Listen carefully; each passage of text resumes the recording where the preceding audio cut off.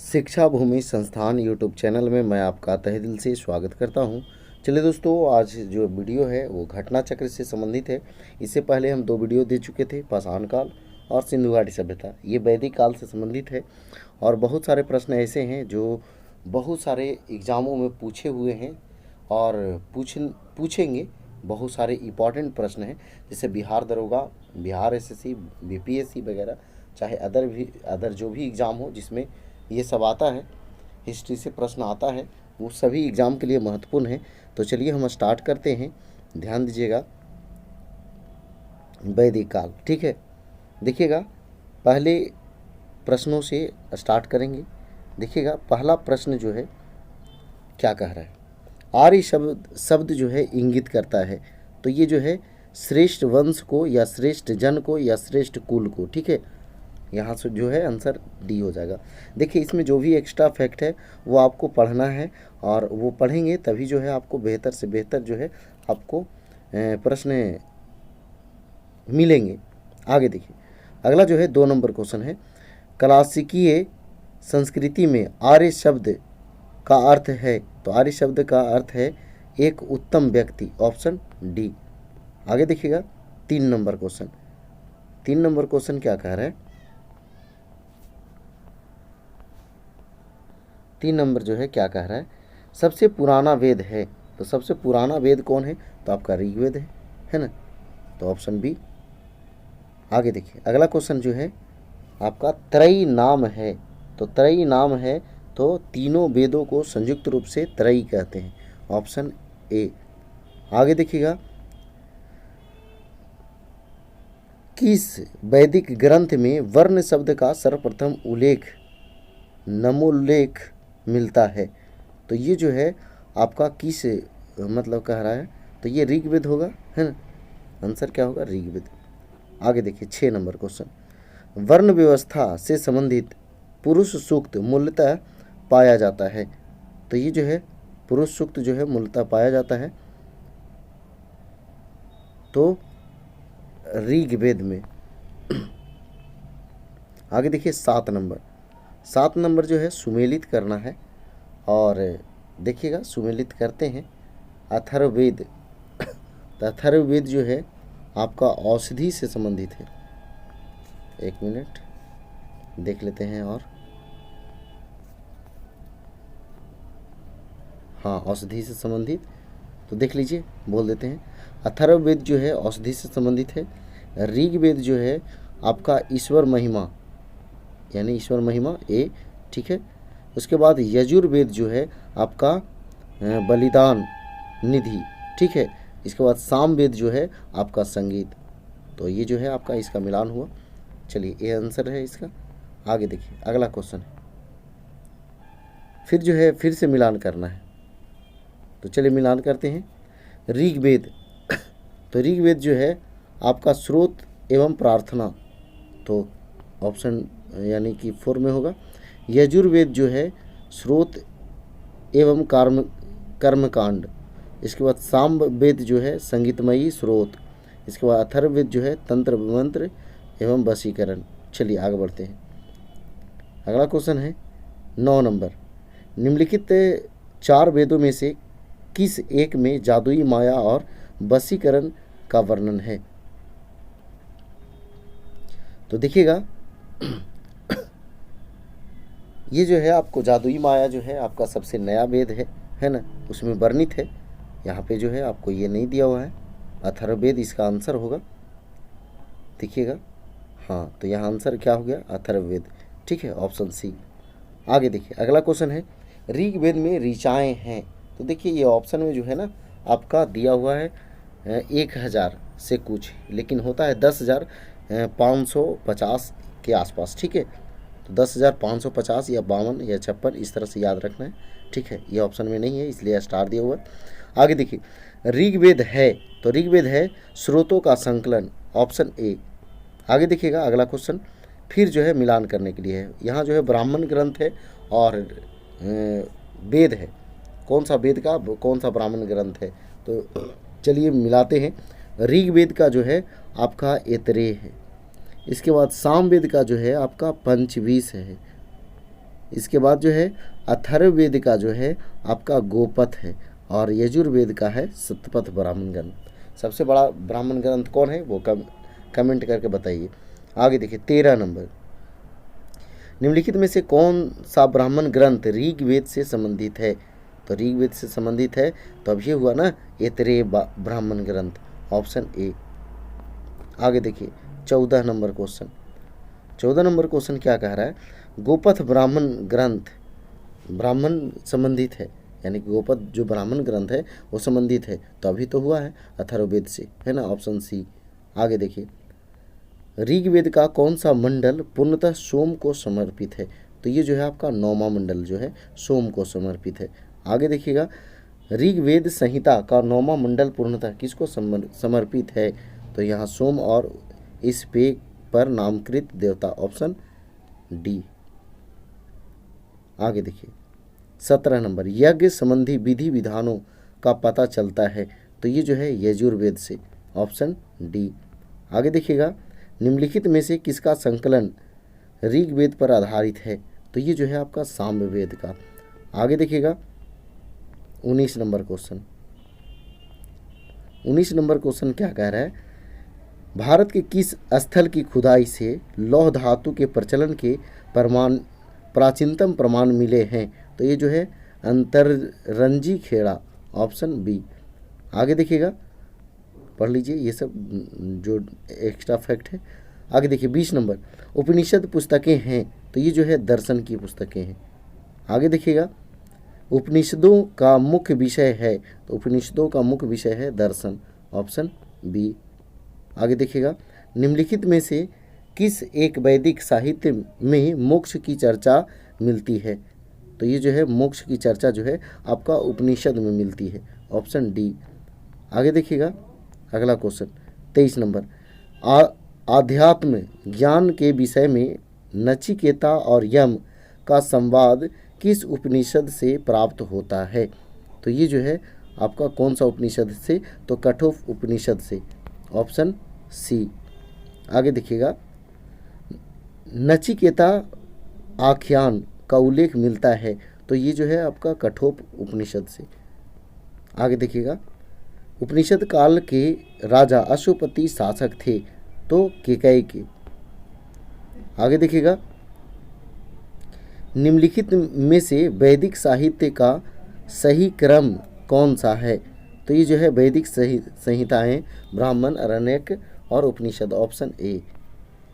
आगे देखिएगा 27 नंबर, आरंभिक वैदिक साहित्य में सर्वाधिक वर्णित नदी है, तो सर्वाधिक वर्णित नदी कौन है? तो ये सिंधु है, ऑप्शन ए। आगे देखिएगा 28 नंबर क्वेश्चन। 28 नंबर क्वेश्चन क्या कह रहा है? वैदिक नदी अस्किनी की पहचान निम्नांकित नदियों में से किस एक के साथ है? तो अस्किनी जो है चेनाब का, ऑप्शन सी। आगे देखिएगा अगला जो है ऋग्वेद में निम्नांकित किन नदियों का उल्लेख अफगानिस्तान के साथ आर्यों के संबंध का सूचक है? तो ये जो है आपका कुंभा और कुरुम्मू, ऑप्शन सी। आगे देखिएगा अगला क्वेश्चन, वैदिक नदी कुंभा का स्थान कहाँ निर्धारित होना चाहिए? तो ये जो है अफगानिस्तान में, ऑप्शन ए। आगे देखिएगा अगला क्वेश्चन, सूची 1 और 2 को मिलान करना है, कौन सा नदी का प्राचीन नाम है और नया नाम है। चलिए तो देखिएगा देखिए कुंभा का जो है काबुल, परुशनी का जो है रावी, इसके बाद सदानीला का गंडक, सतुद्री का सतलज। ठीक है, चलिए आगे बढ़ते हैं। 32 नंबर क्वेश्चन देखिएगा 32 नंबर क्वेश्चन क्या कह रहा है? देखिए दिया हुआ है यहाँ 32 नंबर, निम्नलिखित में से कौन सी प्रथा चतुष्टय वेदोत्तर काल में प्रचलित हुई? तो यहाँ जो है ना आपका ए और सी दोनों, ठीक है। आगे देखिए डिटेल पढ़ लीजिए, समझ में आ जाएगा। देखिए 33 नंबर क्वेश्चन क्या कह रहा है? धर्म तथा रीत भारत की प्राचीन वैदिक सभ्यता के एक केंद्रीय विचार को चित्रित करते हैं। इस संदर्भ में निम्नलिखित कथनों पर विचार कीजिए। तो देखिएगा इसमें जो है आपका धर्म व्यक्ति के दायित्वों एवं स्वयं तथा दूसरों के प्रति व्यक्तिगत कर्तव्यों की संकल्पना था, सही बात है। रीत मूलभूत नैतिक विधान था जो सृष्टि और उसमें अंतर्निहित सारे तत्वों के क्रियाकलापों को संचालित करता है। तो यहाँ जो है आपका दोनों के दोनों जो है आपका सही होगा, ऑप्शन सी। आगे देखिएगा 34 नंबर क्वेश्चन। 34 नंबर क्वेश्चन क्या कह रहा है? भारतीय संस्कृति के अंतर्गत रीत का अर्थ है तो रीत का जो है अर्थ है कि प्राकृतिक नियम, ऑप्शन ए। आगे देखिएगा, निम्नलिखित वैदिक देवताओं में किसे उनका पुरोहित माना जाता था? तो ये जो है आपका बृहस्पति। आगे देखिएगा, निम्नलिखित में कौन सी वह ब्रह्मवादिनी थी जिसने कुछ वेद मंत्रों की रचना की थी? तो ये जो है लोपामुद्रा, ऑप्शन ए। आगे देखिएगा, ऋग वैदिक काल में निष्क शब्द का प्रयोग एक आभूषण के लिए होता था, किंतु परवर्ती काल में इसका प्रयोग इस अर्थ में हुआ। तो ये जो है सिक्का के रूप में हुआ। आगे देखिएगा अगला क्वेश्चन 38 नंबर, ऋग वैदिक काल में निष्क किस अंग का आभूषण था? तो ये जो है आपका गला का, ऑप्शन बी। आगे देखिएगा, प्राचीन भारत में निशाका जाने जाते थे, तो ये जो है स्वर्ण आभूषण जाने जाते थे। आगे देखिएगा, बोगज कोई महत्वपूर्ण है क्योंकि जो है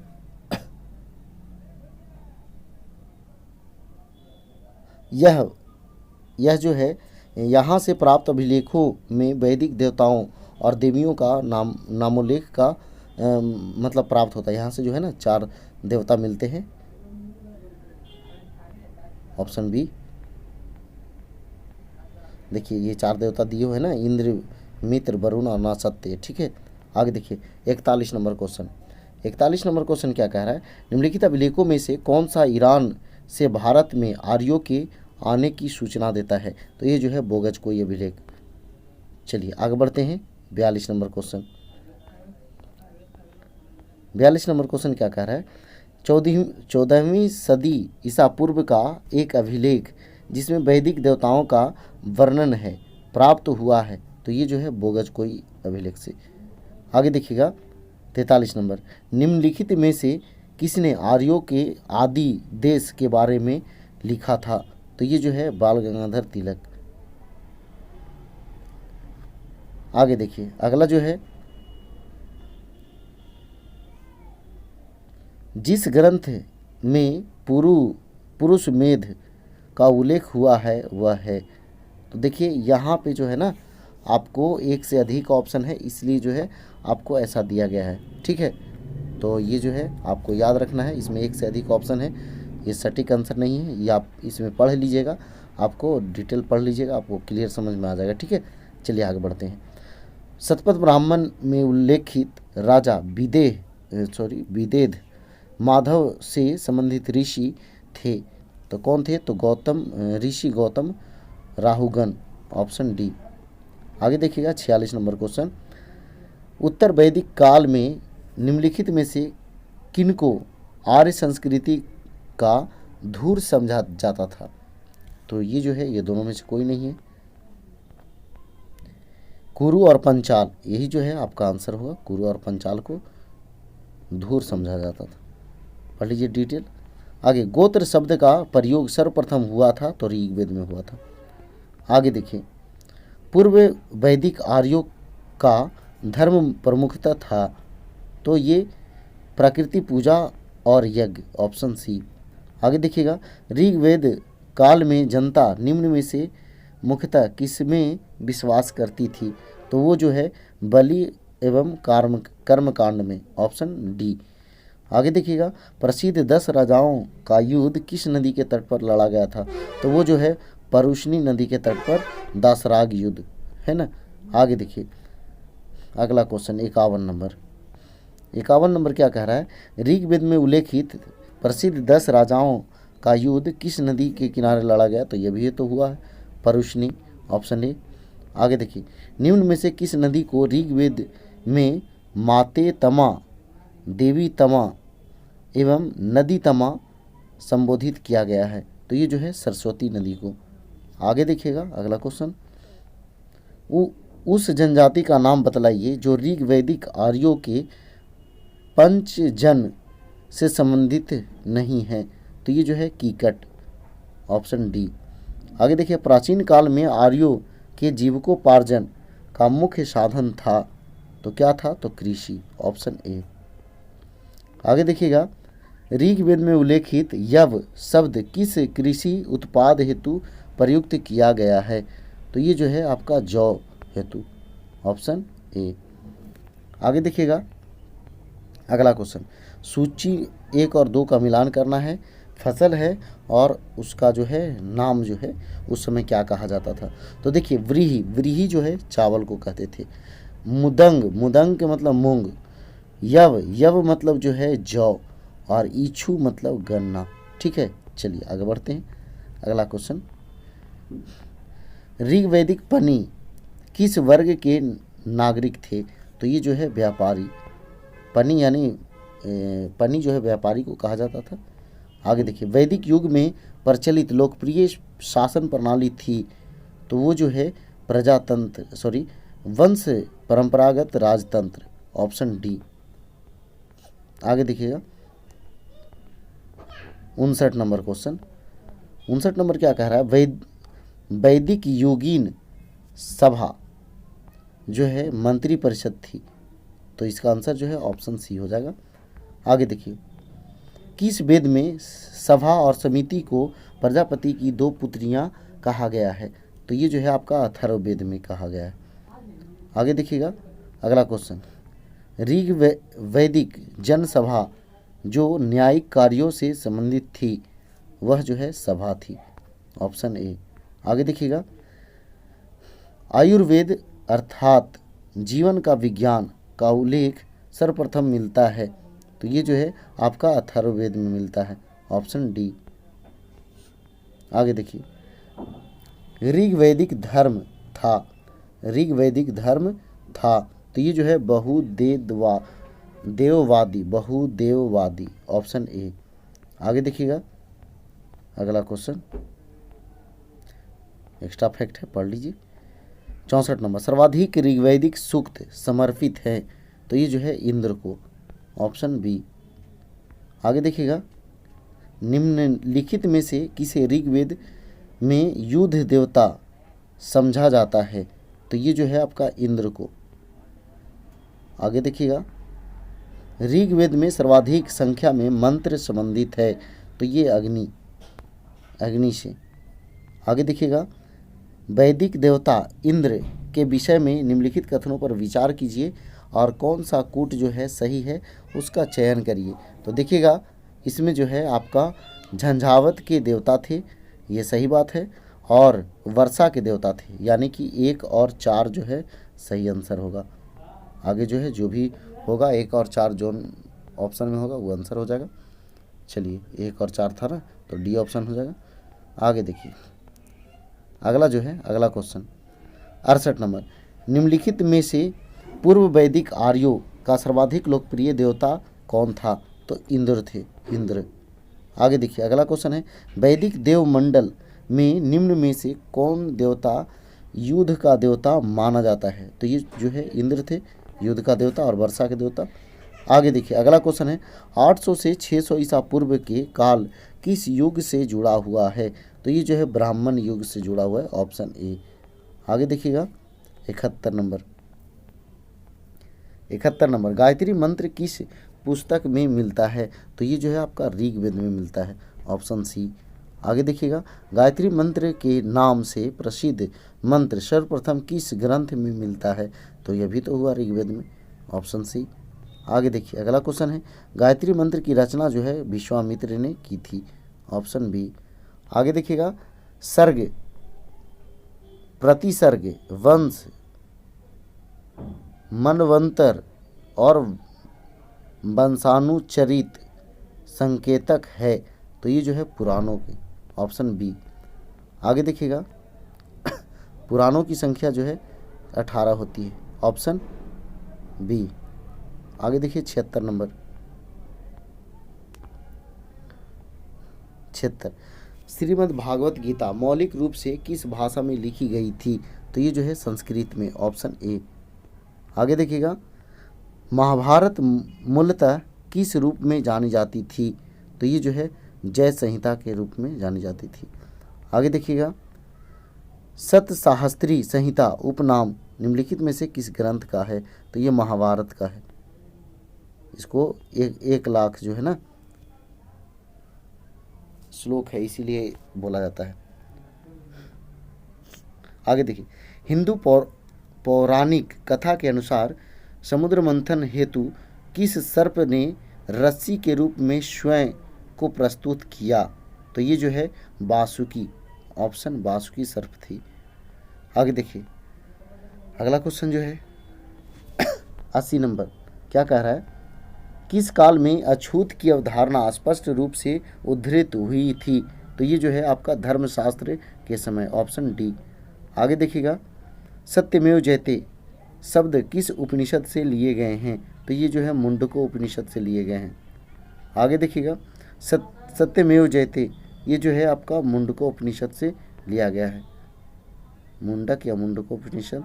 आगे देखिए भारतीय प्रतीक पर उत्कीर्ण सत्यमेव जयते लिया गया है, तो कितना बार तो हो गया मुंडको उपनिषद, ऑप्शन सी। आगे देखिए तमसो माय ज्योतिर्गमय कथन है मूलतः, तो ये जो है आपका उपनिषदों का है, ऑप्शन ए। आगे देखिएगा अगला क्वेश्चन 85 नंबर, 85 नंबर क्या कह रहा है, किस उपनिषद का शाब्दिक अर्थ सफ़ेद घोड़ा है, तो ये जो है इसमें से कोई नहीं है, ये ऑप्शन आप पढ़िए, आपको यहाँ क्लियर पता चल जाएगा। ठीक है, यहाँ जो है आपको दिया हुआ है श्वेता श्वेतर। चलिए आगे सत्यकाम जबाल की कथा जो अनब्याही माँ होने के लांछन को चुनौती देती है उल्लेखित है, तो ये छांदोग्य उपनिषद में है, ऑप्शन सी। आगे देखिएगा ऋग्वेद की मूल लिपि थी, तो ये जो है ब्राह्मी लिपि थी। आगे देखिएगा वैदिक कर्मकांड में होता है, एक मिनट, वैदिक कर्मकांड में होता का संबंध है, तो होता का संबंध है ऋग्वेद से, ऑप्शन ए। आगे देखिए अवेस्ता और ऋग्वेद में समानता है, अवेस्ता किस क्षेत्र से संबंधित है, तो अवेस्ता जो है आपका ईरान से संबंधित है। आगे देखिएगा अगला क्वेश्चन 90 नंबर, वैदिक काल में किस जानवर को अघन्या माना गया था, तो ये गाय को माना गया था, ऑप्शन सी। आगे देखिएगा ऋग्वेद में अघन्या का प्रयोग हुआ है, तो गाय के रूप में, ऑप्शन बी। आगे देखिएगा ऋग्वेद में कई परिच्छेदों में प्रयुक्त अघन्य शब्द संदर्भित है, तो गाय के लिए। देखिए 3 तरह से क्वेश्चन पूछ दिया है। आगे देखिए अगला है ऋग्वेद कालीन आर्यों और सिंधु घाटी के लोगों की संस्कृति के बीच अंतर के संबंध में निम्नलिखित कथनों में से कौन सा जो है सही है, तो यहाँ जो है देखिएगा 93 नंबर क्वेश्चन, ये जो है आपका एक जो है बिल्कुल सही है, बाकी जो है गलत है, तो एक जो है कौन में आएगा, ए में आएगा। ठीक है, आगे देखिए अगला क्वेश्चन जो है आपका 94 नंबर, 94 नंबर क्या कह रहा है, देखिए 94 नंबर, ऋग्वैदिक काल के प्रारंभ में निम्न में से किसे महत्वपूर्ण मूल्यवान संपत्ति समझा जाता था, तो गाय को, ऑप्शन बी। आगे देखिए फिर जो है सूची 1 और 2 का मिलान करना है, सूची 1 और 2 का मिलान करना है, तो देखिए का मिलान करते हैं सिंधु घाटी सभ्यता, तो ये जो है नगरीय। इसके बाद उत्तर वैदिक समाज, तो उत्तर वैदिक समाज जो है आपका कृषक। इसके बाद जो है ऋग वैदिक समाज, ये जो है आपका चारागाह। इसके बाद मध्यकाल में जमींदारी। चलिए आगे बढ़ते हैं। 96 नंबर क्वेश्चन, 96 नंबर क्या कह रहा है? प्राचीन भारतीय समाज के प्रसंग में निम्नलिखित शब्दों में से कौन सा शब्द शेष 3 के वर्ग का नहीं है, यानी कि वो अलग है? तो ये जो है आपका कोश, ऑप्शन सी। आगे देखिएगा अगला क्वेश्चन, संस्कारों की कुल संख्या कितनी है? तो संस्कार की कुल संख्या 16 है। आगे देखिए, जीविकोपार्जन हेतु वेदांग पढ़ाने वाला अध्यापक क्या कहलाता है? तो ये जो है उपाध्याय कहलाता है, ऑप्शन सी। आगे देखिएगा,